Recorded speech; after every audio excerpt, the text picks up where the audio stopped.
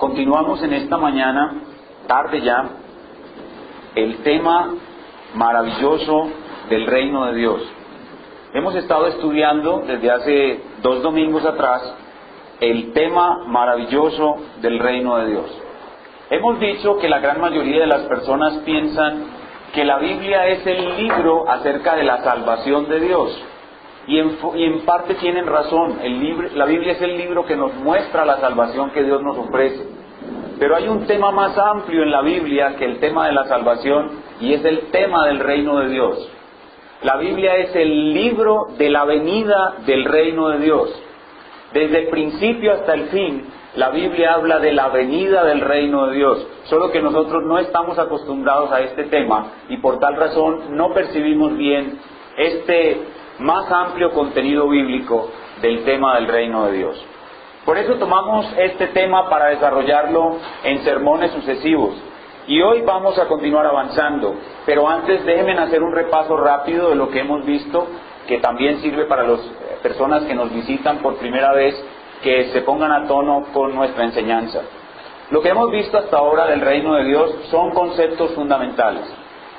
Los primeros 2 conceptos fundamentales que hemos visto es que cuando la Biblia enseña acerca del reino de Dios, hay que hacer una distinción entre reino y reinado.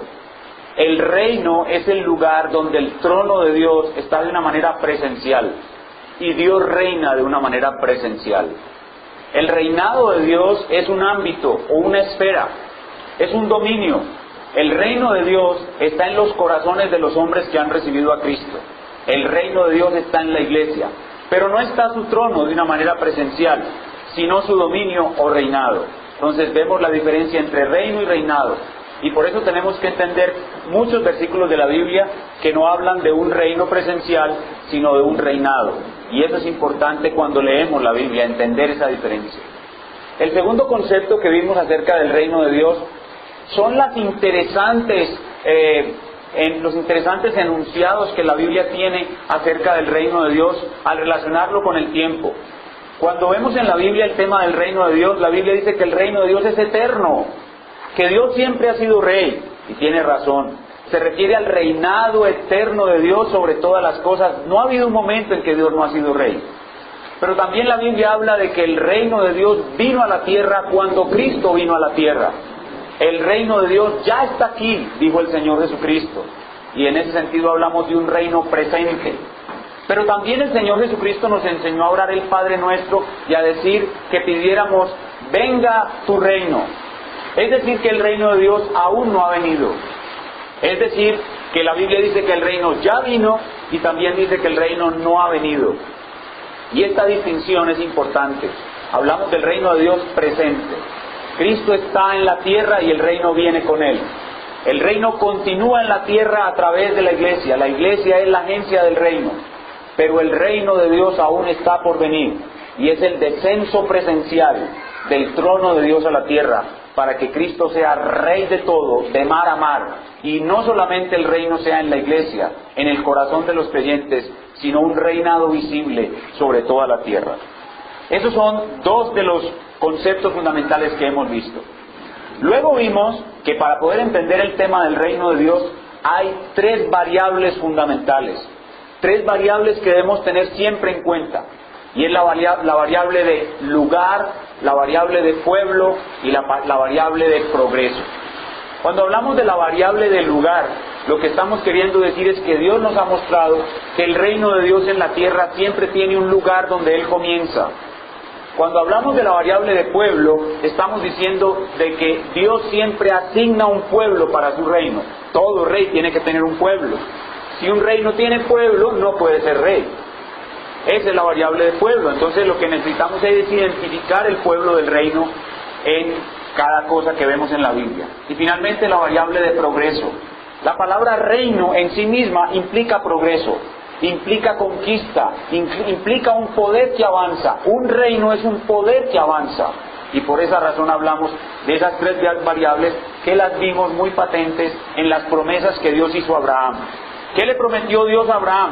Vete de tu tierra y de tu parentela, ¿a dónde? Al lugar que yo te mostraré. Y luego le dice, y haré de ti una nación, un pueblo muy grande, y en ti serán benditas todas un progreso, un avance, las naciones de la tierra. Y finalmente, en esta faceta de términos generales o conceptos generales, aprendimos que para poder entender el tema del reino de Dios, debemos estudiarlo en las tres fases de la historia bíblica. ¿Cuáles son las tres fases de la historia bíblica? Primero, la historia primitiva. La historia primitiva es la que se nos relata en la Biblia entre Génesis capítulo 1 y Génesis capítulo 11. Esa es la historia primitiva, entre Adán y la Torre de Babel. Esa es la historia primitiva. Luego viene la historia de Israel, que es el período más amplio. Génesis 12 con Abraham y termina en Malaquías 4, con el silencio de Dios en el período entre el primero y el segundo testamento. Esa es la historia de Israel, la más amplia. Y finalmente la historia de la iglesia, entre Mateo y Apocalipsis. Para poder entender el tema del reino de Dios, debemos recorrer las variables de lugar, pueblo y progreso en esos tres períodos.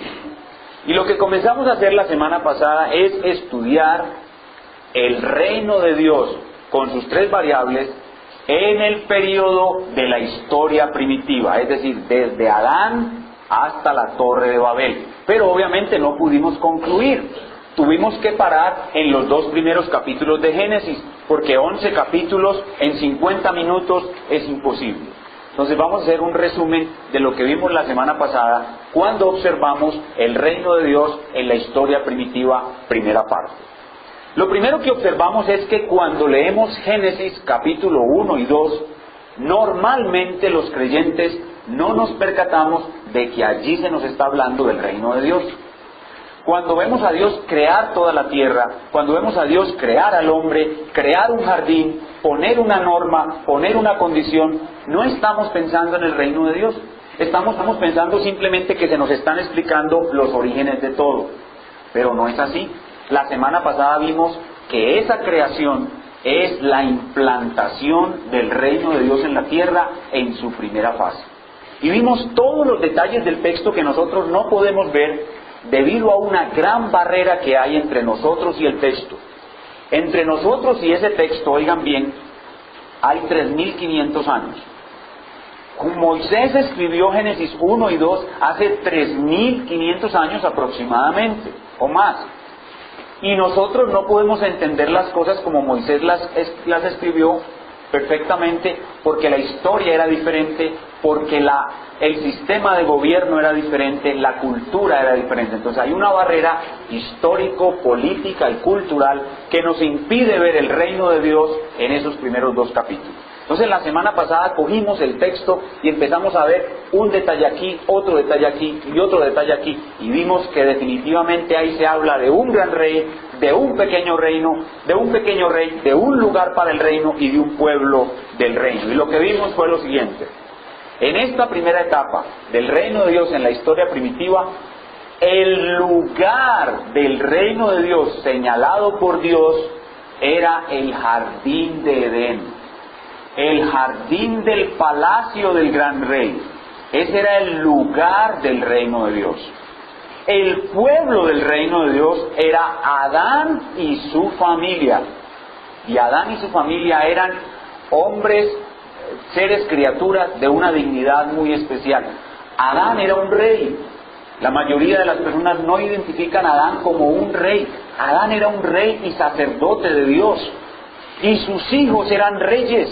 Ellos eran las imágenes de Dios, réplicas de Dios a escala humana, y fueron puestas en el paraíso de Edén para reflejar su gloria. Y a Adán se le dio una orden de multiplicarse, es decir, que avanzara el pueblo del reino por medio de generación ordinaria, es decir, por la procreación, porque su esposa le diera a luz hijos. Adán debía llenar la tierra con sus hijos, imágenes de Dios. Entonces ese es el pueblo del reino, un pueblo de mucha dignidad, y un pueblo que, si bien comenzó con una sola pareja, fue proyectado para ser una inmensa multitud que poblara toda la tierra. Ese es el pueblo del reino en la historia primitiva. Pero también vimos el progreso del reino. ¿En qué consistía el progreso del reino? A Adán se le dio la orden de tomar la hermosura que había en el jardín y hacerla avanzar por toda la tierra. Adán debía tomar a sus hijos y llevarlos a lugares distantes del jardín, y toda la hermosura que habían aprendido, que habían conocido en el jardín, esos reyes hijos de Adán debían llevarlo a todas las ciudades, a todos los lugares, porque en ese momento no habían ciudades, a esos lugares, y allí extender la hermosura del jardín. Y cuando los hijos de Adán hubiesen poblado toda la tierra, entonces el reino, el trono, de una manera presencial, descendería a la tierra, y la tierra sería el tabernáculo de Dios con los hombres. Eso si Adán hubiera obedecido. ¿Cómo sabemos todas estas cosas? Lo sabemos a partir del paralelo que hay entre el primer Adán y el segundo Adán. No son cosas de imaginación o ficción bíblica, no. El primer Adán debía cumplir las cosas que el segundo Adán va a cumplir y va a ser realidad. Entonces lo que vimos hasta ahí la semana pasada fue eso, que a Adán se le colocó esa tarea, y en el progreso del reino Adán fracasó. Entonces lo que vamos a hacer hoy es a completar la historia del progreso del reino en la historia primitiva a partir de la comisión que se le da a Adán y cómo Adán fracasa en lograr el progreso del reino. Eso es lo que vamos a ver hoy. Hoy nos vamos a concentrar solamente en el progreso del reino, en la historia primitiva, y vamos a entonces ver cómo fue el progreso del reino en la historia primitiva. Lo que vamos a ver hoy entonces son solamente dos cosas. Recuerden, enfocados solamente en el progreso del reino. Vamos a estar trabajando hoy solamente en completar lo que la Biblia enseña sobre el progreso del reino en la historia primitiva. Y lo que vamos a ver son dos cosas. En primer lugar, vamos a ver a Adán fracasa en conseguir el progreso del reino. Es lo primero que vamos a ver.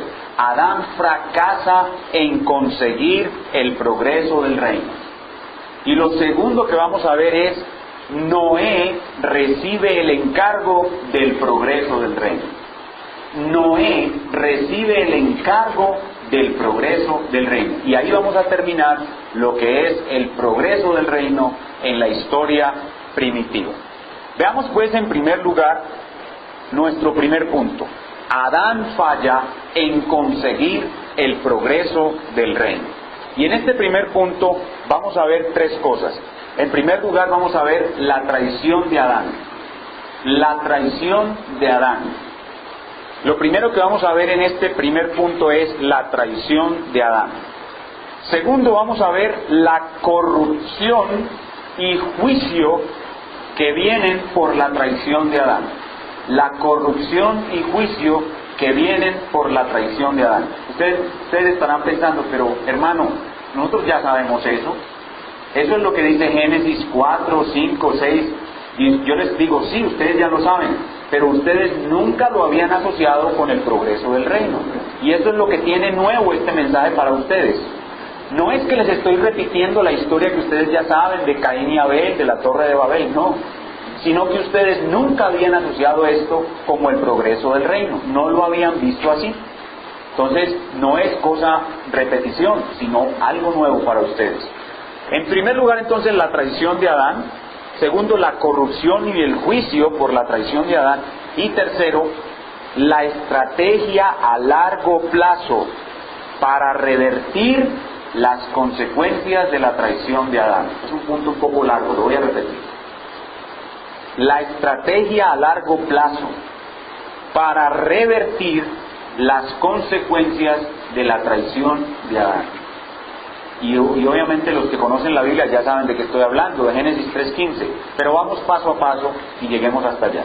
Entonces, en primer lugar, la traición, en segundo lugar, la corrupción y el juicio, y en tercer lugar, la estrategia a largo plazo. Es lo que vamos a ver en este primer punto. Veamos entonces, en primer lugar, la traición de Adán. Entonces les invito a que abran sus Biblias en Génesis su capítulo 3. Génesis su capítulo 3. Y vamos a ver la traición de Adán.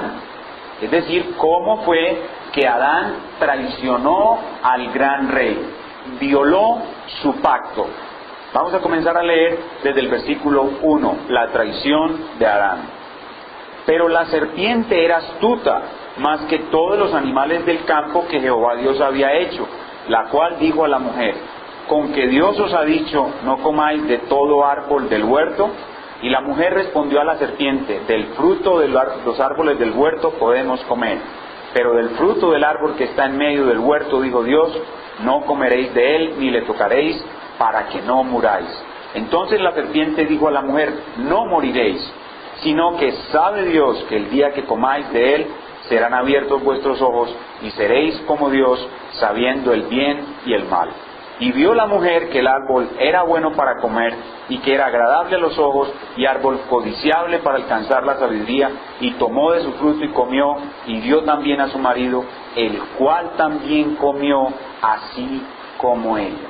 Ahí ven ustedes claramente, vemos la descripción de la traición.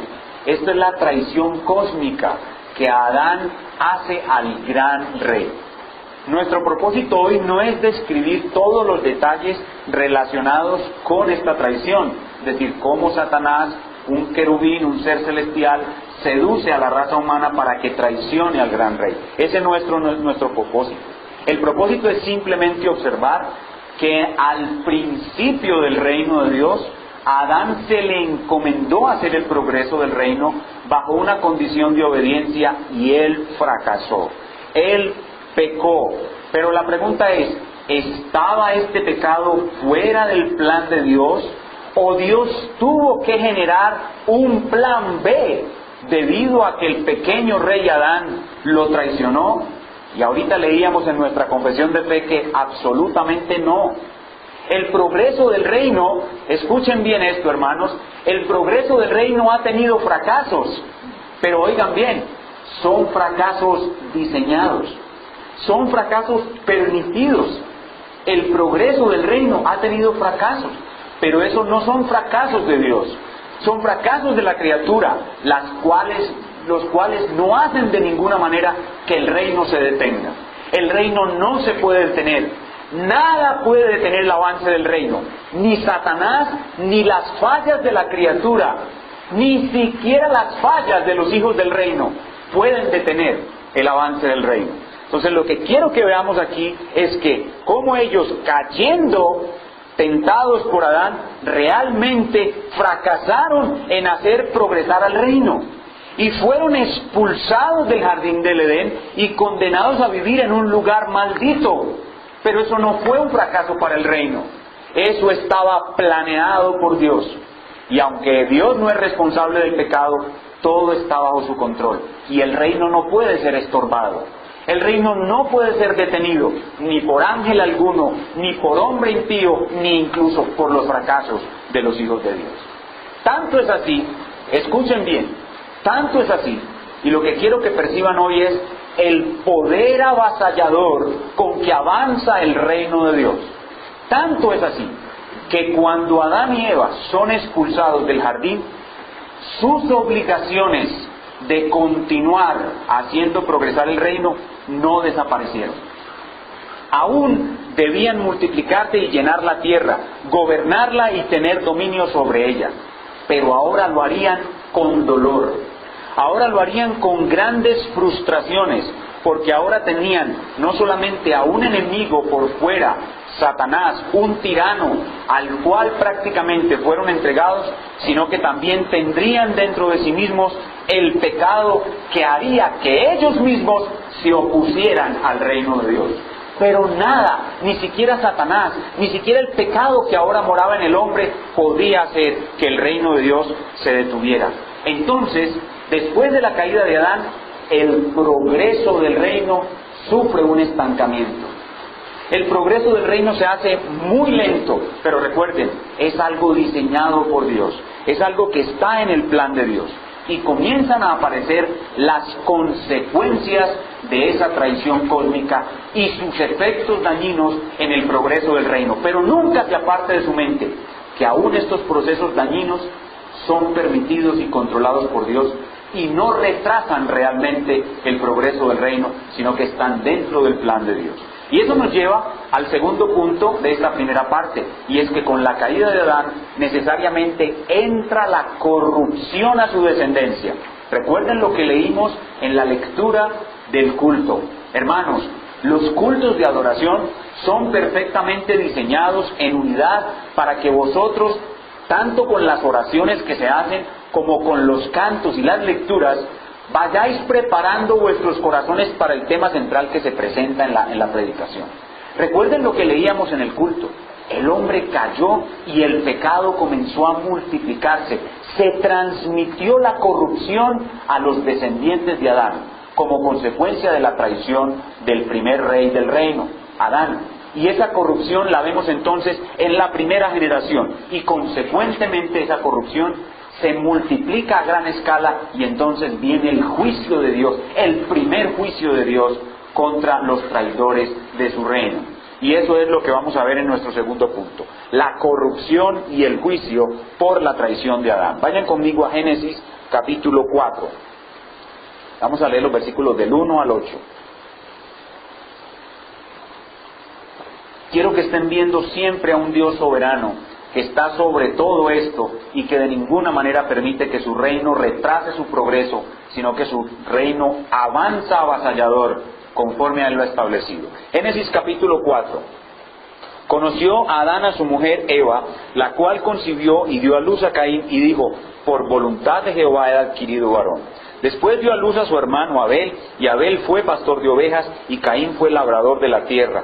Y aconteció andando el tiempo que Caín trajo del fruto de la tierra una ofrenda a Jehová, y Abel trajo también de los primogénitos de sus ovejas lo más gordo de ellas. Y miró Jehová con agrado a Abel y a su ofrenda, pero no miró con agrado a Caín y a la ofrenda suya. Y se ensañó Caín en gran manera, y decayó su semblante. Entonces Jehová dijo a Caín: ¿por qué te has ensañado? ¿Y por qué ha decaído tu semblante? Si bien hicieres, no serás enaltecido, y si mal hicieres, y si no hicieres bien, el pecado está a la puerta. Con todo esto a ti será su deseo, y tú te enseñorearás de él. Y dijo Caín a su hermano Abel: salgamos al campo. Y aconteció que estando ellos en el campo, Caín se levantó contra su hermano Abel y lo mató.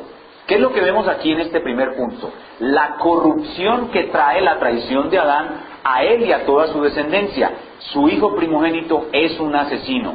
Pero esta corrupción no se detiene allí. La corrupción continúa avanzando y avanzando en todos los descendientes posteriores de Adán. Veamos en Génesis capítulo 6, versículos del 5 al 7. Entonces ahora el pueblo del reino se ha corrompido. El pueblo del reino avanza dentro de ellos una terrible corrupción. Génesis 6, 5 al 7. Y vio Jehová que la maldad de los hombres era mucha en la tierra, y que todo designio de los pensamientos del corazón de ellos era de continuo solamente el mal. Y se arrepintió Jehová de haber hecho a hombre en la tierra, y le dolió en su corazón. Y dijo Jehová: raeré de sobre la faz de la tierra a los hombres que he creado, desde el hombre hasta la bestia, y hasta el reptil y las aves del cielo, porque me arrepiento de haberlos hecho. Entonces, como consecuencia de esa traición, la corrupción avanza, y por el avance de esa corrupción viene el primer juicio de Dios, porque ahora los hombres vivían en contra del reino. Ahora en sus corazones había maldad, y esa maldad, en vez de llevarlos a buscar el progreso del reino, los llevaba a oponerse al progreso del reino. Y la descendencia de Caín entonces se exaltó a sí misma por encima de Dios y quiso hacerse en ellos mismos dioses. Al mismo tiempo que la descendencia de Caín avanzaba en corrupción, Dios mantenía una porción de los hijos de Adán en sujeción y obediencia al reino. Y obviamente esos son los hijos de Set. Los hijos de Set no tenían una obediencia perfecta, pero ellos eran las imágenes de Dios renovadas que debían de luchar por el avance del reino. Entonces viene esta corrupción, viene entonces el juicio universal de Dios, que es el diluvio, y el gran rey destruye a estos primeros seres que creó porque se corrompieron. Pero ahora viene, en esta etapa es importante que veamos que el reino no puede ser detenido. Y justamente cuando Adán cae, cuando Adán traiciona al gran rey, Dios da una estrategia a largo plazo para que el reino continúe. Y esa estrategia la vemos en Génesis capítulo 3, versículo 15. Lo que vemos entonces ahora es que Dios, a pesar de la traición de Adán, a pesar de la corrupción y el juicio que tuvo que traer a través del diluvio sobre esa generación corrupta, Dios no permitirá jamás que su reino deje de ser implantado. Y por tal razón diseña una estrategia a largo plazo para revertir las consecuencias de la traición de Adán. Y esa estrategia no es otra cosa que la primera promesa que está en la Biblia. Génesis 3:15.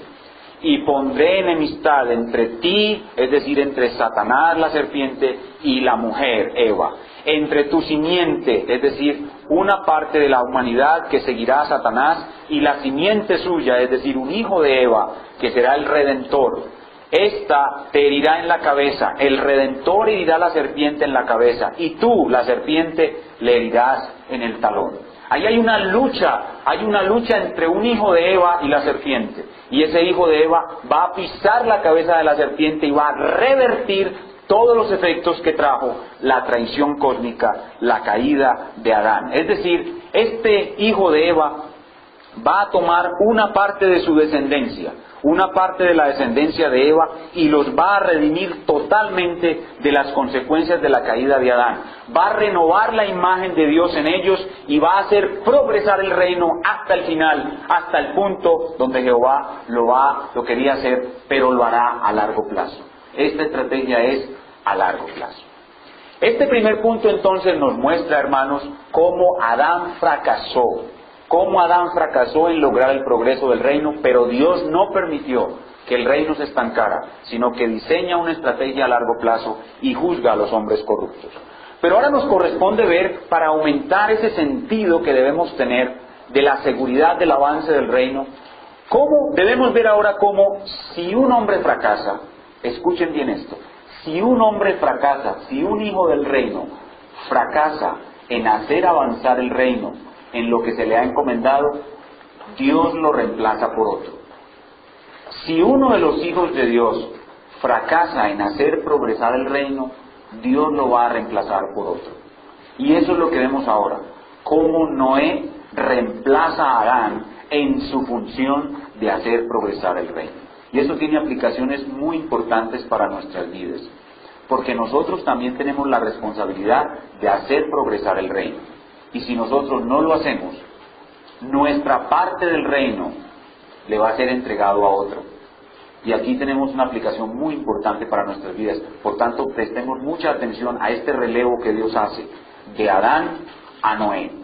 Dios quita a Adán como su representante del reino y coloca a Noé para que él sea el encargado del progreso del reino. Veamos en Génesis capítulo 6. Noé recibe el encargo del progreso del reino. Ese es nuestro segundo punto.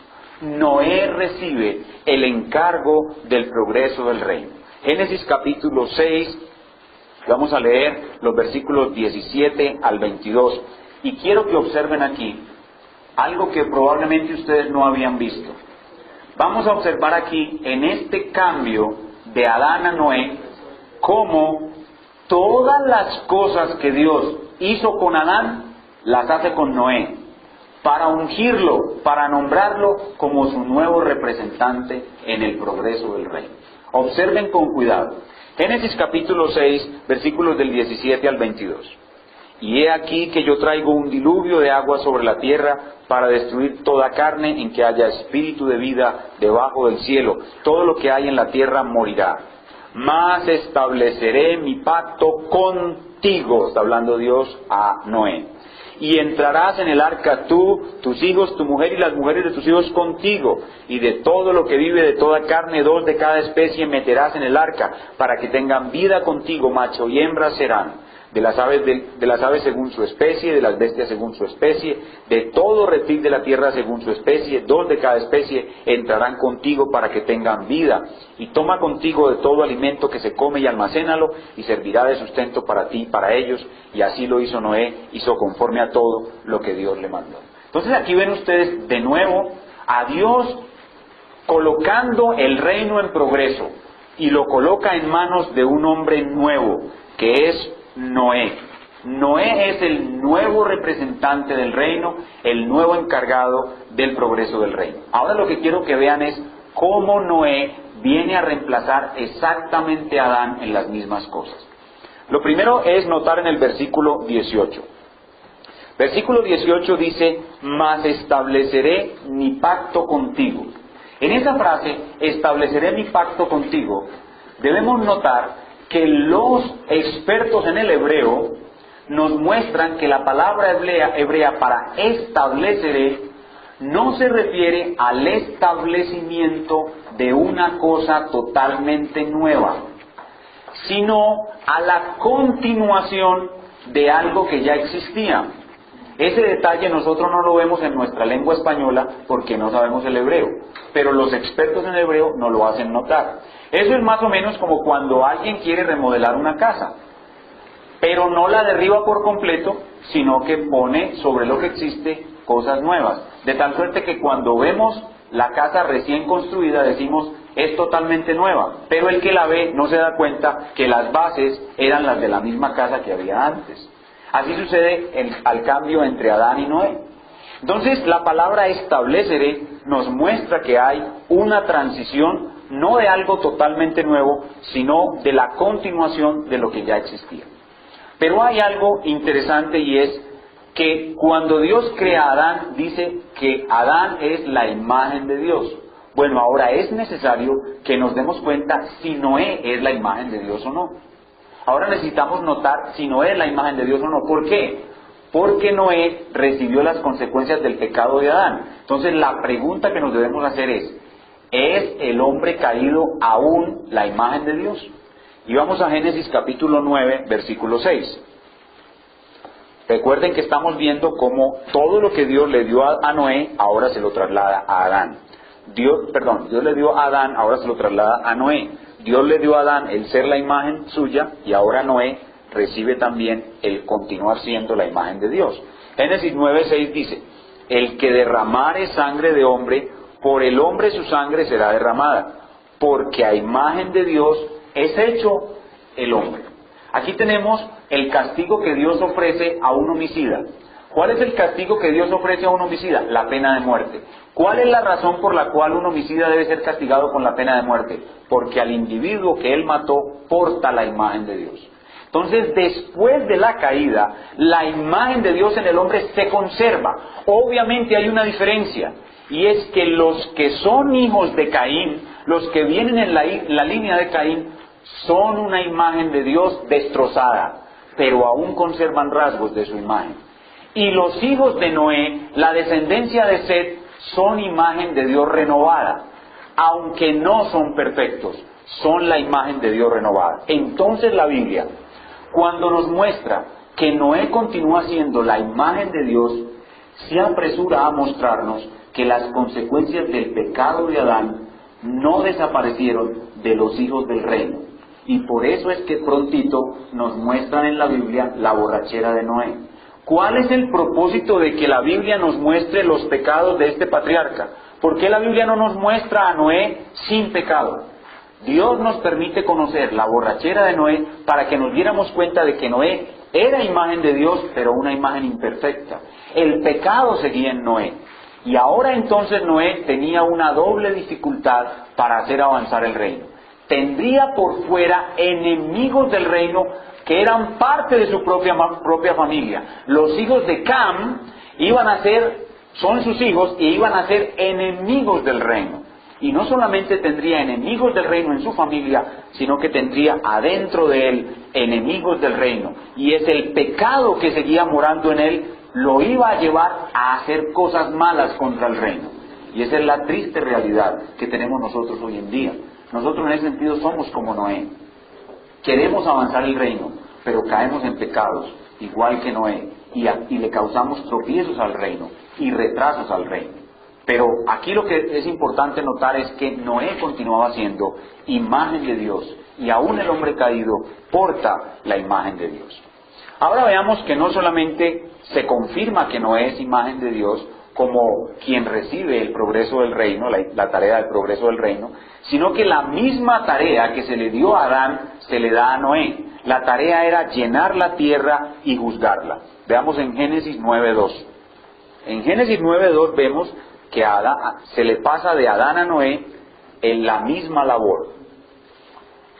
Génesis 9:2 dice: el temor y el miedo de vosotros estarán sobre todo animal de la tierra y sobre toda ave de los cielos, en todo lo que se mueve sobre la tierra y en todos los peces del mar, en vuestra mano serán entregados. Vemos ahí que a Noé se le da dominio. A Noé se le da dominio sobre la tierra y su obligación es tener hijos y llenar la tierra. La obligación de Noé es llenar la tierra. La orden continúa dada, la orden dada a Adán continúa dada a Noé. Y algo especial que yo estoy seguro que ustedes no habían visto. Y es que así como a Adán se le prohibió comer de un alimento, a Noé también se le prohíbe comer de un alimento. ¿Cuál es ese alimento? La sangre de los animales que ahora podía comer. Génesis capítulo 9, vemos allí cómo entonces hay una sucesión verdadera entre Adán y Noé. Y cómo a Adán se le prohibió comer un alimento y de igual manera a Noé se le prohíbe comer un alimento. Génesis 9:3 dice: todo lo que se mueve y vive os será para mantenimiento, así como las legumbres y plantas verdes os lo he dado todo. Pero carne con su vida, que es su sangre, no comeréis. Entonces ven ustedes ahí la relación tan directa entre Adán y Noé. A Adán se le dio el no comer de un árbol, a Noé se le ordenó no comer la sangre de los animales. Entonces ahí vemos la sucesión, el traslado del progreso del reino de Adán hacia Noé. Pero como hemos estado diciendo, el progreso del reino no se detiene. Y en la primera parte, con Adán, hubo un fracaso terrible que llevó a Dios a hacer un juicio terrible sobre los hombres.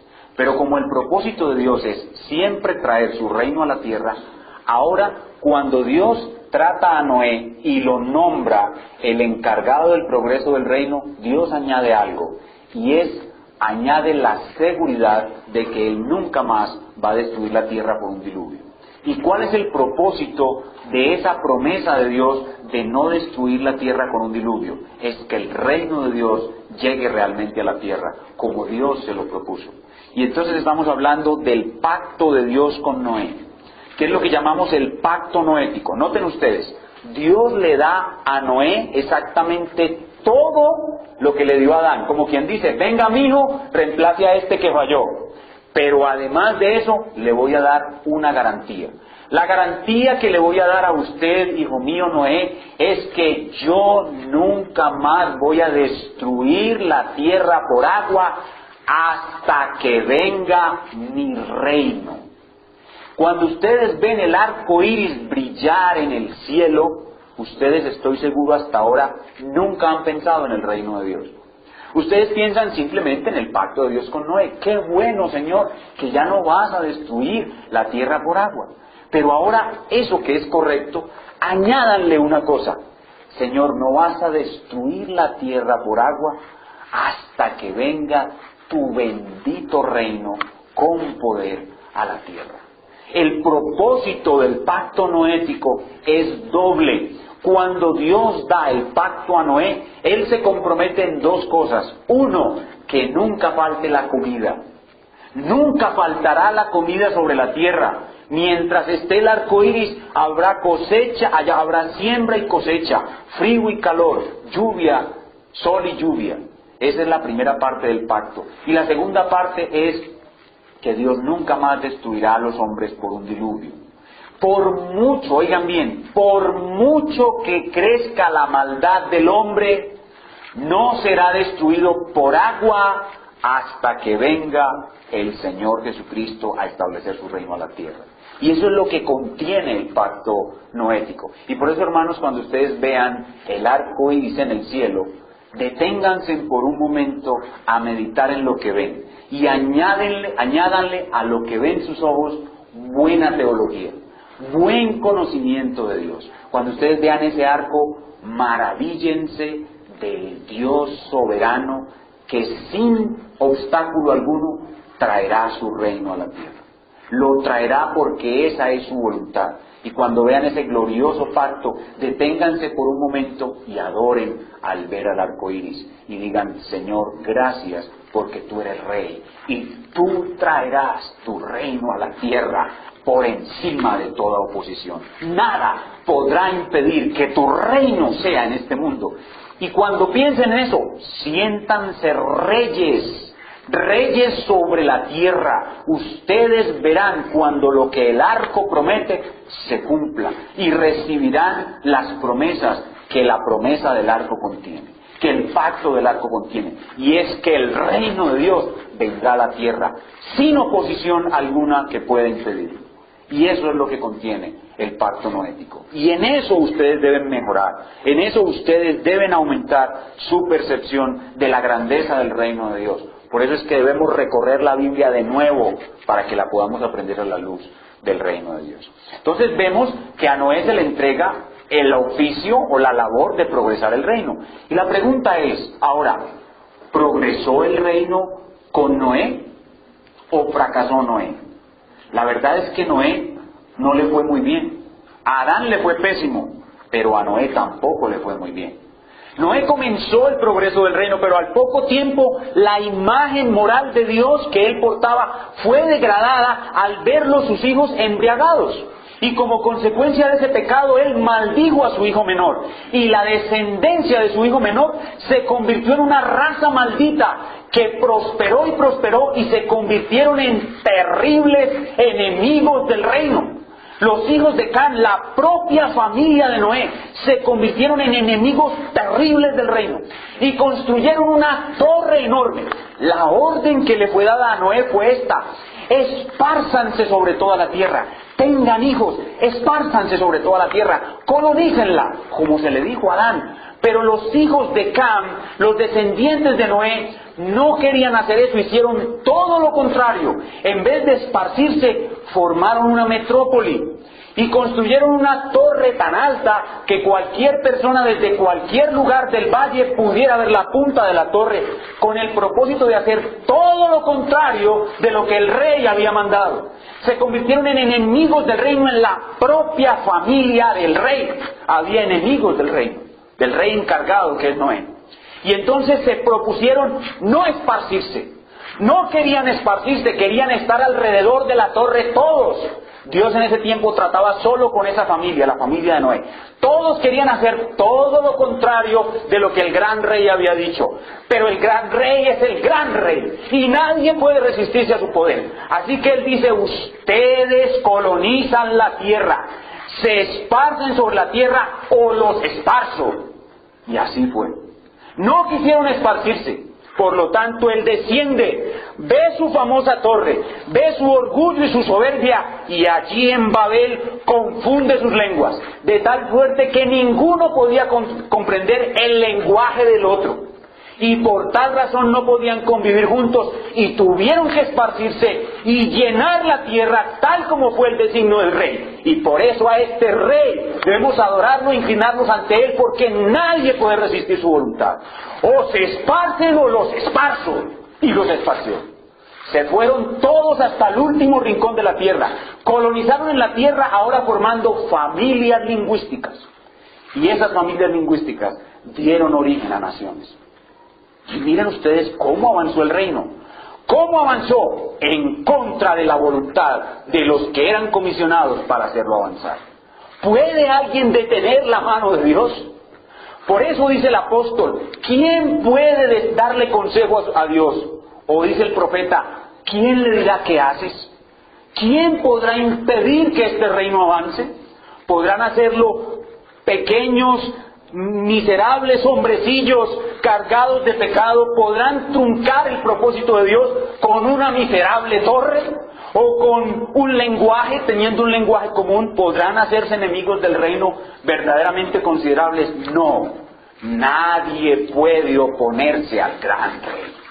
Él hace su voluntad y por mucho que se opongan, Él cumplirá lo que se ha propuesto. Su reino vendrá. Y de esa manera, con la esparción de la Torre de Babel, termina este primer periodo de la historia primitiva de la historia del reino en la historia primitiva. Entonces ahora ya podemos hacer un consolidado, ya hemos visto toda la historia, todo el periodo, y ya ahora sí podemos hacer un consolidado y examinar las tres variables. ¿Cuáles son las tres variables? Las tres variables son lugar, pueblo y avance y progreso. Y entonces cuando miramos el lugar, decimos que en la historia primitiva el reino de Dios tuvo un lugar, que es el jardín del Edén. Pero cuando Adán fracasó, el lugar se perdió. Después con Noé ya no había un lugar. Y presten atención a eso, porque el lugar va a ir cambiando. El lugar cambia, oigan bien, esto es lo interesante de este tema. El lugar cambia, el pueblo cambia y el reino cambia. Por eso los he llamado variables, porque ellas cambian. Comienza el reino en Edén, luego viene Noé y no hay un lugar especial para Noé. Desde donde Noé desembarcó, desde ahí debía poblar la tierra. Entonces el lugar del reino se pierde en la primera etapa. Y se recupera cuando Dios le ordena a Abraham regresar a Canaán. Canaán es ahora el lugar del reino. Se pierde y se recupera. Pero ¿qué pasa con el pueblo? El pueblo del reino comienza siendo Adán y su familia. Y luego en Noé, el pueblo del reino es Noé y su familia. Pero hay una mezcla en la familia de Noé entre hijos del reino y enemigos del reino. Y eso es lo que hay hoy en día también. Todo el tiempo nosotros somos los hijos del reino y estamos tratando todo el tiempo con enemigos del reino. ¿Y qué pasa con el progreso del reino? El progreso del reino se le encomienda a Adán y Adán fracasa. Adán es destituido y el progreso del reino le es entregado a Noé. Pero Noé también fracasa. Noé tampoco hace progresar el reino. Sus hijos no hacen un avance significativo del reino. Entonces Dios hace avanzar su reino con su gran poder. El designio de Dios al principio del periodo era que la tierra estuviese poblada de familias lingüísticas, que a su vez constituyeran naciones, para pasar a la siguiente etapa, cuando Dios llama a Abraham en un mundo totalmente distinto. El mundo antes de Génesis 11 es un mundo de una sola familia. El mundo después de Génesis 12 es un mundo de familias. Por eso dice Génesis 12:2, en ti serán benditas todas las familias de la tierra. Y esas familias a su vez van a ser naciones. Y por eso el que va a recibir el reino, que es Israel, va a ser hecho cabeza de naciones. Adán iba a ser hecho cabeza de toda la humanidad si no fracasaba. Israel iba a ser hecho cabeza de naciones si no fracasaba. Entonces hay un cambio geopolítico. La geopolítica del mundo cambia. El mundo antiguo era un mundo tribal de una sola familia, de una sola tribu, de un solo clan. Pero el mundo después con Abraham es un mundo de naciones. Y ahí viene Dios y establece el progreso. Lo que hay que decir con respecto a ese progreso es que es un progreso muy difícil y con muchos obstáculos. Pero como hemos podido ver, nada puede detener la mano poderosa de nuestro Dios. Él ha establecido que su reino vendrá, su reino ha venido como Él estableció y su reino continuará viniendo a pesar de toda oposición. A pesar de la oposición de sus enemigos espirituales, el diablo y sus secuaces. A pesar de la oposición de los hijos de Cam. A pesar de la misma oposición de los hijos del rey. Hermano, a pesar de tus fallas, el reino de Dios va a avanzar. A pesar de tus fallas. Ahora, lo mejor que puedes hacer es no fallar. Debemos tratar de no fallar. Y ahí entonces debemos, para terminar, pasar al territorio de las aplicaciones. Lo que hemos visto hoy sería nomás un relato de historia sagrada. Lo que hemos visto hoy sería nomás un nuevo entendimiento de una parte de la Biblia. También podríamos decir que lo que hemos visto hoy es como una especie de identificación de raíces históricas. Ustedes han visto, por ejemplo, cuando un abuelo coge a su nietecito pequeño y lo sienta en su muslo, en su seno, en su regazo, y comienza a contarle la historia de su familia. Y ese niñito, de mano del abuelo, de boca del abuelo, conoce su historia. Y al escuchar su historia y saber que él es un miembro de esa familia, ese niñito comienza a desarrollar identidad y comienza a sentirse orgulloso de lo que es y comienza a adquirir un gran compromiso con esa familia. Y así, cuando uno tiene un contacto con las raíces familiares, con lo que dio origen a su familia, uno se identifica con ese reino. Esta historia que estamos viendo y lo que continuaremos viendo es como el abuelo sentando a su nieto en su muslo para contarle lo que es su familia y cómo se ha desarrollado su familia, para que después ese nietecito sea un adalid, un líder que luche con compromiso por esa familia. Y eso sucede en la vida real, hermanos. Las familias, por ejemplo, que se juntan varias generaciones, hacen eso, y ustedes se sienten orgullosos del apellido que llevan. Por ejemplo, ustedes pueden ver un político famoso de acá de Colombia, el señor Germán Vargas. Ustedes ven a Germán Vargas hablando de su abuelo y a él se le llena la boca diciendo que él es el nieto de Carlos Lleras. Es que es el nieto de Carlos Lleras. Y podemos decir que en parte Germán Vargas es lo que es por ser el nieto de Carlos Lleras, ¿verdad? Bueno, así somos nosotros, los hijos del reino.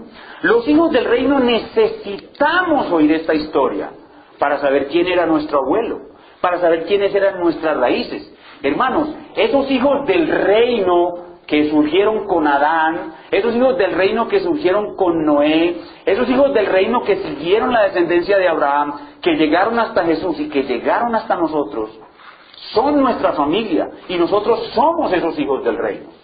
Solo que ahora nuestra familia es diferente y por eso hablo de cambios, de modificaciones, porque antes había un linaje físico y espiritual. Se necesitaba ser descendiente de Abraham y creyente como Abraham para ser hijo del reino. Ahora no, ahora solamente se necesita tener la fe de Abraham, aunque uno no haya nacido judío. Todo el que tiene la fe de Abraham es un hijo del reino. Y esta historia que acabamos de contar, la historia como el gran rey triunfó en Babel, es tu historia. Y te tiene que tocar a ti. Y te tiene que hacer sentir que tú estás en las manos de un gran rey todopoderoso que no puede ser estorbado. Nuestro Dios no puede ser estorbado. Su reino no puede ser detenido. Su reino no puede ser estancado. Él está por encima de sus enemigos y Él está por encima del fracaso de sus propios hijos. Porque Él es el gran rey. Y por eso es que aquí venimos a alabarlo, a adorarlo, a postrarnos ante Él. Y cuando estamos en la calle tenemos que sentir es que somos eso, hijos de ese Rey victorioso. Y por eso debemos pasar a las aplicaciones y no quedarnos simplemente con saber este relato. Y la primera aplicación que necesitamos darnos cuenta a partir de este relato es que el reino de Dios es una realidad que no puede ser detenida. El reino de Dios es una realidad que no puede ser detenida. El reino de Dios indefectiblemente avanzará hasta la segunda venida de Cristo. Y lo más importante aquí es que, a pesar de los fracasos de los hijos del reino, el reino continuará avanzando. Y aquí es donde yo te invito a que te examines. A que nos examinemos, hermanos, porque toda exposición de la Escritura nos debe llevar al autoexamen. Cristo es nuestro Rey. Él nos llama a que trabajemos para su reino. Desde que somos convertidos, desde que somos muy pequeñitos en la fe, debemos trabajar para su reino. Él nos da la fuerza, Él nos da la guía. Pero la pregunta es, ¿cuántas veces nosotros hemos fracasado, como fracasaron Adán y Noé, en avanzar el reino de Dios? Y en vez de darle gloria al reino de Dios, hemos hecho que el reino de Dios sea blasfemado, que el reino de Dios sea vituperado por los que no lo conocen. ¿Cuántas veces lo hemos hecho? Nuestro amante Rey, el Señor Jesucristo, pide que le demos gloria. Y por tal razón, nuestra máxima atención debe estar en cada cosa que hacemos para que demos gloria a nuestro Rey y no hagamos con estos fracasos blasfemar a los incrédulos del reino de Dios. Por tal razón nosotros debemos ocuparnos de todo cuanto hacemos en la vida para que lo que hacemos sea digno de un hijo del reino. Cada uno de nosotros en su familia debe buscar avanzar el reino y no fracasar, esforzarse por reducir al mínimo los fracasos. Es imposible que no fracasemos, dicho sea de paso. El más perfecto entre nosotros ha tenido más de 500 fracasos en toda su vida, digamos. El más perfecto entre nosotros. Pero debemos hacer es tratar de minimizar nuestros fracasos para no hacer estorbar al reino. Cuando somos esposos, debemos tratar de minimizar nuestro fracaso para no hacer estorbar al reino. Cuando somos trabajadores en una empresa, debemos glorificar al reino. Miren que el compromiso es muy serio y tiene mucho que ver con Adán, tiene mucho que ver con Noé, tiene que ver con Cristo nuestro Señor, que es nuestro Rey.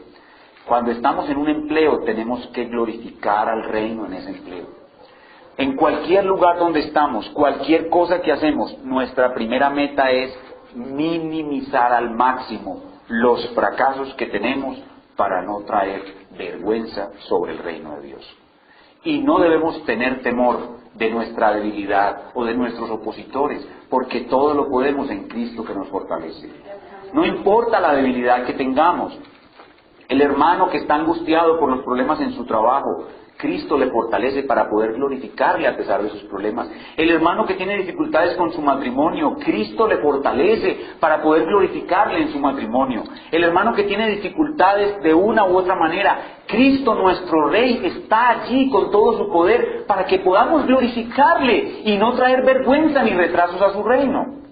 Entonces, esa es la primera aplicación práctica, y es que el reino avanzará a pesar de nuestros fracasos, pero nuestra primer compromiso es minimizar al máximo cualquier fracaso que tengamos o que traigamos al reino. Lo segundo que debemos aprender de este mensaje es que el reino de Dios es una realidad que si no es bien recibida, va a ser transferida. Repito. El reino de Dios es una realidad que si no es bien recibida, va a ser transferida. Lo que quiero decir con esto es lo que le sucedió a Adán. Adán recibió el reino de Dios y lo recibió mal. Y como fracasó, por su fracaso, le es transferido el reino a otra persona. A una escala mínima, a una escala mucho más pequeña, cada uno de nosotros ha recibido una responsabilidad dentro del reino de Dios. Cada uno. Si ustedes no reciben bien esa responsabilidad y no la afrontan con todas sus fuerzas tratando de glorificar al reino, después de un tiempo van a perder lo que recibieron. Lo van a perder. Otro hijo del reino lo va a tomar en vuestro lugar y se va a usufructuar de él y va a recibir lo que tú no quisiste recibir. Y esa realidad la vemos enseñada por nuestro propio Señor Jesucristo. Quiero que vayan conmigo para terminar a Marcos capítulo 4. Marcos capítulo 4. El reino de Dios es una realidad que si no es bien recibida, va a ser transferida. El reino de Dios es una realidad que si no es bien recibida, va a ser transferida. Marcos capítulo 4. Versículos 24 y 25, está hablando nuestro Rey. Les digo también, mirad lo que oís, porque con la medida con que medís, os será medido, y aún se os añadirá a vosotros los que oís, pero al que tiene se le dará, y al que no tiene, aún lo que tiene se le quitará. Eso habla específicamente del reino de Dios. ¿En qué contexto están estas frases? Miren Marcos 4. ¿Cuál es el contexto de esta frase? Es la parábola del sembrador. ¿Qué son qué? Los misterios del reino. El que recibe al reino, oigan bien, el que recibe al reino para trabajar por él con todo su corazón, no importándole él mismo. ¿Saben cuál es el gran problema por el cual nosotros no traemos progreso al reino? Es que nos interesa más construir nuestra propia felicidad que avanzar el reino. Todo el tiempo estamos tratando de construir nuestra propia felicidad en vez de avanzar el reino. Estamos ligados al bienestar temporal, estamos ligados al bienestar de este mundo, estamos ligados a nuestra propia felicidad. Y eso significa no recibir bien el reino. Cuando tú recibes el reino creyendo que el reino te va a traer la felicidad de este mundo, lo que tienes se te quitará. Pero si tú recibes el reino para despojarte de todo en este mundo, el que intenta salvar su vida la pierde. El que la pierde por causa del reino la gana. Pero si tú recibes el reino para entregarte a Él con todo el corazón, si tú recibes el reino para no importarte nada sino el avance del reino, lo que recibes, a lo que recibes, se te añade. Quiero que noten esa realidad en el reino. Es muy importante, hermanos. Es muy importante. Y aquí podemos ver por qué hay creyentes que no progresan.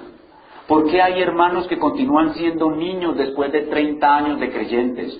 Porque creen que entraron al reino de los cielos para ser felices y que con Dios todos los días están construyendo su felicidad en este mundo, cuando lo que hay que hacer es renunciar a la felicidad de este mundo para construir el reino, para trabajar por el reino.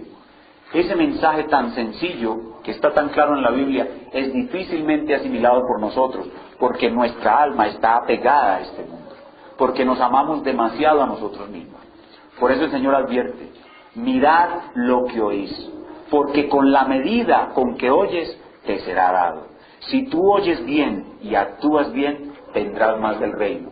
Pero si tú no recibes bien el reino, lo que se te ha dado del reino, será trasladado a otra persona. Y esa otra persona sí la disfrutará. Así que ahora, hermanos, aprovechemos lo que Dios nos ha dado. Mire, todos los que estamos aquí tenemos una función distinta en el reino. Y la gente tiende a pensar que los únicos que trabajamos en el reino somos los pastores. Es que el pastor sí trabaja en el reino, porque mire él cómo evangeliza toda la semana, atiende a los hermanos toda la semana, predica 2 o 3 veces a la semana. Yo no soy nada en el reino. La hermana que trapeó y barrió esta casa y arregló este salón para que pudiésemos estar aquí, trabajaron para el reino. Y si lo hicieron de todo corazón, pueden recibir más recompensa que yo. El que sale de aquí y mira la necesidad de otro y ve a un pobre o a alguien que necesita, o no tiene que ser un pobre, o alguien que sufre, y de todo corazón ve a Cristo en esa persona y quiere tratar a esa persona como a Cristo y lo hace con todo el corazón, sirvió al reino. No nos engañemos creyendo que los que sirven en el reino son los que hacen milagros y los que avanzan el evangelio y fundan iglesias de 5,000 personas, hermano. Cuando salgas de aquí puedes hacer un grande servicio al reino. Tan solo es que estés despierto para que veas lo que Dios te pone enfrente y lo hagas con todo el corazón como para Él. Y seguro que vas a hacer avanzar su reino. Y después de esa oportunidad, Dios te va a dar una mejor.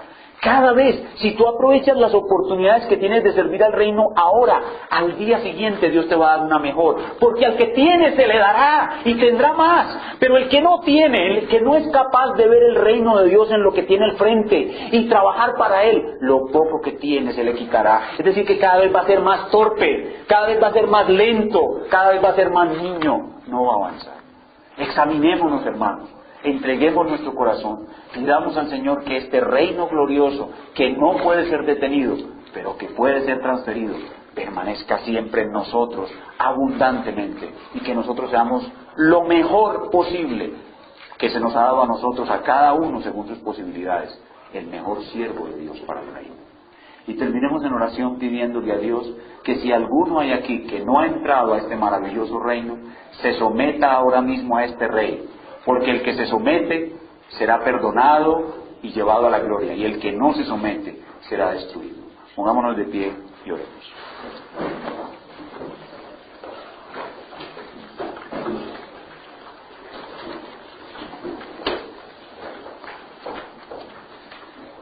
Cerrando nuestros ojos e inclinando nuestro corazón, digámosle al Señor: gracias porque hoy hemos visto tu gloria, oh Rey eterno.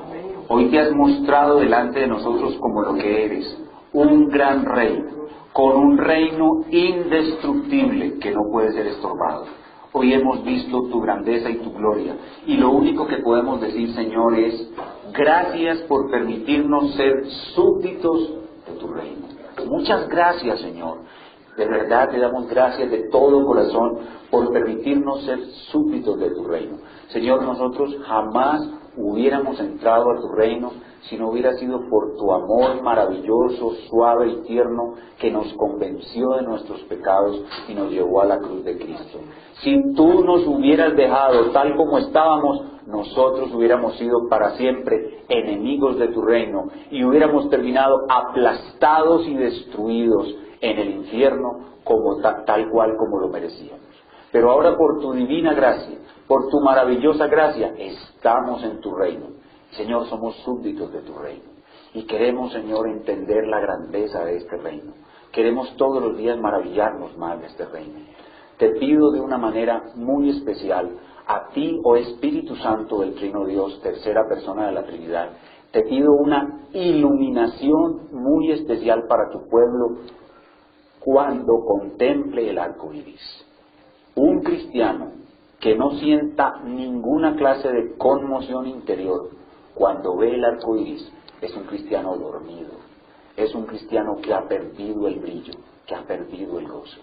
La sola visualización del arco iris bajo la iluminación del Espíritu Santo debe causarnos conmoción, debe causarnos impresión, debe hacernos sentir que ese gran Rey es nuestro Padre y que esos grandes hombres son nuestros hermanos en el reino, los pioneros del reino, Adán, Noé, que a pesar de sus fracasos están en el reino y estarán con nosotros en la gran cena de las bodas del Cordero cuando el reino venga. Señor, también te pido que cada uno de nosotros, los que estamos aquí, podamos ver tu reino en cada cosa que pones delante de nuestros ojos. Señor, cada momento en familia, los esposos deben ver tu reino en sus casas. Las esposas deben ver a su marido como el rey de su casa. Él es un rey para ellas y ellas son sus reinas para ellos. Que ellos vean realmente el reino de Dios en sus casas. Señor, que en los trabajos los hermanos podamos ver lo importante que es lo que hacemos aquí para la gloria de tu reino. Los estudiantes en sus universidades. Señor, en las calles cuando tratamos con personas inconversas, donde quiera que vamos, llevemos el reino de Dios en nuestro corazón y podamos avanzarlo, Señor, porque hoy hemos aprendido el peligro tremendo, y es que si nosotros no recibimos bien el reino, lo que se nos ha dado del reino será trasladado a otros, y ninguno de nosotros quiere perderlo.